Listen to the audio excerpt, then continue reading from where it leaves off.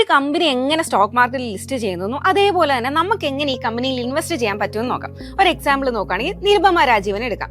നിരുപമ രാജീവൻ ഒരു successful business woman ആണ്.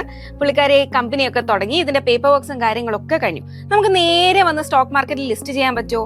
ഇല്ല. അതൊരു പ്രോസസ് ത്രൂ മാത്രമേ നടക്കുള്ളൂ. ആ പ്രോസസ്സിന്റെ പേരാണ് IPO. IPO എന്ന് പറഞ്ഞാൽ ആദ്യമായിട്ട് പബ്ലിക്കിന് തന്റെ സ്റ്റോക്ക് കൊടുക്കുന്ന പേരാണ് IPO എന്ന് പറയുന്നത്. അപ്പൊ ഈ IPO സക്സസ്ഫുൾ ആകുവാണെങ്കിൽ, അതായത് 90% എങ്കിലും വന്ന് സക്സസ്ഫുൾ ആകുവാണെങ്കിൽ ഇത് സ്റ്റോക്ക് മാർക്കറ്റിൽ ലിസ്റ്റ് ചെയ്യാനായിട്ട് പറ്റും. സ്റ്റോക്ക് മാർക്കറ്റ് എന്ന് പറയുമ്പോൾ ഇതെന്താ, സെക്കൻഡറി മാർക്കറ്റ് ആയിട്ടാണ് വരുന്നത്. നമുക്ക് സാധാരണ ആൾക്കാർക്ക് സ്റ്റോക്ക് മാർക്കറ്റ് നേരിട്ട് പോയിട്ട് നിരുപമയുടെ 2 ഷെയർ തരാനായിട്ട് പറയാൻ പറ്റുമോ? അങ്ങനെ പറ്റില്ല. അതിനുവേണ്ടി സ്റ്റോക്ക് മാർക്കറ്റിൽ ലിസ്റ്റ് ചെയ്യുന്ന എവിടെയാണ്? 2 എക്സ്ചേഞ്ചസിലാണ് ലിസ്റ്റ് ചെയ്യുന്നത്. ഇന്ത്യയിലെ പ്രധാനമായിട്ടുള്ള 2 എക്സ്ചേഞ്ചസ് ആണ് NSEയും അതേപോലെ തന്നെ BSEയും. നമുക്ക് ഇതിൽ ഏതിൽ വേണമെങ്കിലും ലിസ്റ്റ് ചെയ്യാം, അല്ലെങ്കിൽ ഇത് രണ്ടിലും ആണെങ്കിൽ ലിസ്റ്റ് ചെയ്യാം. ഇപ്പൊ NSE എന്ന് പറഞ്ഞാൽ നാഷണൽ സ്റ്റോക്ക് എക്സ്ചേഞ്ച്, BSE എന്ന് പറഞ്ഞാൽ Bombay stock exchange. Bombay stock exchange എന്ന് പറയുമ്പോൾ തന്നെ നമുക്ക് മനസ്സിലാക്കാം, ഏഷ്യയിലെ തന്നെ ഏറ്റവും വലിയ സ്റ്റോക്ക് എക്സ്ചേഞ്ച് ആണ് BSE എന്ന് പറയുന്നത്.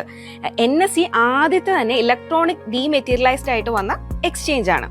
ഇനി നമുക്ക് നേരെ പോയി എക്സ്ചേഞ്ചിൽ പോയിട്ട് നമുക്ക് പറയാൻ പറ്റുമോ, നിരുപമയുടെ എനിക്കൊരു 5-6 സ്റ്റോക്ക് ഇങ്ങ് തരാൻ പറയാൻ പറ്റുമോ? ഇല്ല. അതിന് നമുക്ക് എന്ത് വേണം?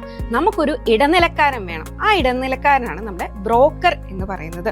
അപ്പോൾ ബ്രോക്കർ ഇടനിലക്കാരനായിട്ട് നിന്നിട്ട് നമ്മളെ പോലുള്ള പബ്ലിക്കിന് നിരുപമയുടെ ഷെയർസ് വാങ്ങാനായിട്ട് സാധിക്കും. ഇങ്ങനെയാണ് നമ്മളെ പോലുള്ള സാധാരണക്കാർക്ക് സ്റ്റോക്ക് മാർക്കറ്റിൽ പാർട്ടിസിപ്പേറ്റ് ചെയ്യാനായിട്ട് പറ്റുന്നത്. അപ്പോൾ ഇതുപോലുള്ള വീഡിയോസിന് ഫോളോ ചെയ്യാൻ മറക്കണ്ട.